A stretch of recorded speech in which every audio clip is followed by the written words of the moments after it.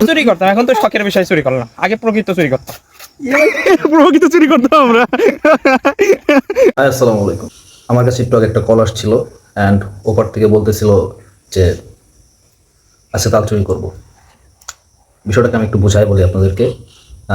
আমরা যারা ছোটোবেলায় গ্রামে বড় হয়েছি অ্যান্ড তারা হয়তো কখনো কারোর কাছ থেকে তাল চুরি করছি, কারোর কাছ থেকে আম চুরি করছি অ্যান্ড কারোর কাছ থেকে কাঁঠাল চুরি করছি। এটা বিষয়টা এরকম না যে আমাদের বাসায় খাবার ছিল না বা প্রফেশনালি চোর আমরা, এরকম না। বিষয়টা হচ্ছে অনেক মজা করে চুরিটা করতাম। অ্যান্ড বেশিরভাগ চুরি করতাম হচ্ছিল তারাবির নামাজ পড়ার পরে। অ্যান্ড যেটা হয়েছে যে এখন তো বড় হয়ে গেছে, এখন তো আর ওইভাবে চুরি টুরি করা হয় না। বাট আজকে আমার ফ্রেন্ডরা কল দিছিল যে আসো আজকে তাল চুরি করবো। অ্যান্ড এটা শোনার পরে ভাবলাম আচ্ছা তাল চুরি করবো, মানুষ কি বলবে। বাট পরে ভাবলাম যে তাল চুরি টুরি করে যার কাছ থেকে চুরি করবো তাকে জানাই দেবো, জানাই দিয়ে যদি টাকা নেয় সে টাকা দিয়ে দেবো। যাদের শৈশবটা গ্রামে কাটছে, এই যে কারোর কাছ থেকে তাল চুরি, আম চুরি, পেঁপে চুরি অ্যান্ড কাঁঠাল চুরি, এইসব বিষয়টা তারাই বুঝতে পারবে। হ্যাঁ, অ্যান্ড আমি শিওর আপনাদের মধ্যে অনেকে এটা করছেন, মানে যারা গ্রামে বড় হয়েছেন।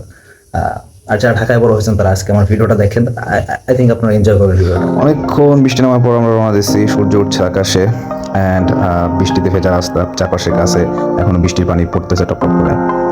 বৃষ্টির পানি পড়তেছে বলতে গাছের পাতায় যেসব পানি জমেছিল সেগুলা।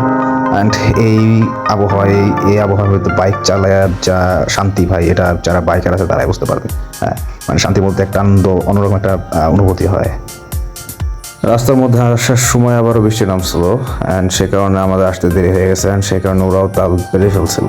হ্যাঁ, এরপর আমি আসলাম, ওরা ধুয়ে ধুয়ে আমার কাছে একটা একটা করে ক্যাচ দিচ্ছিল অ্যান্ড আমি মনে করি আমি সান্টার টিমের চেয়ে ভালো ক্যাচ ধরতে পারি। হ্যাঁ, সান্টার টিম যেমন কফিলের ছেলেদের কাছে হেরে চলে আসলো, সান্টার টিমের চেয়ে আমি ভালো ক্যাচ ধরতে পারি।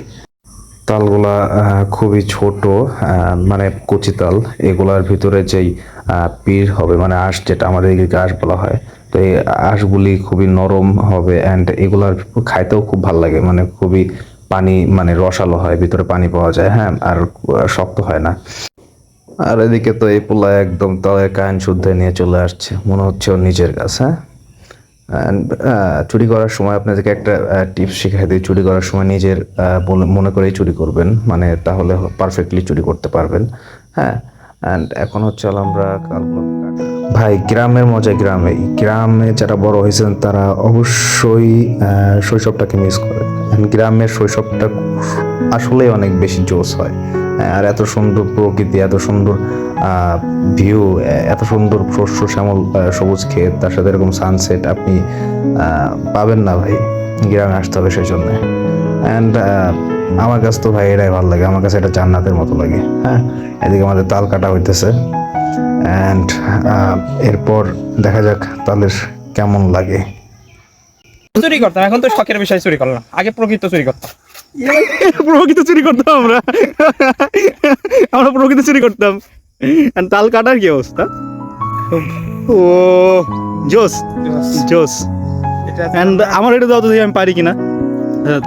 ভাই তালের শ্বাসগুলা যা জুসি এবং যা নরম ছিল এবং যা মিষ্টি ছিল, এটা আসলে ভাষায় আমি এক্সপ্লেন করতে পারবো না।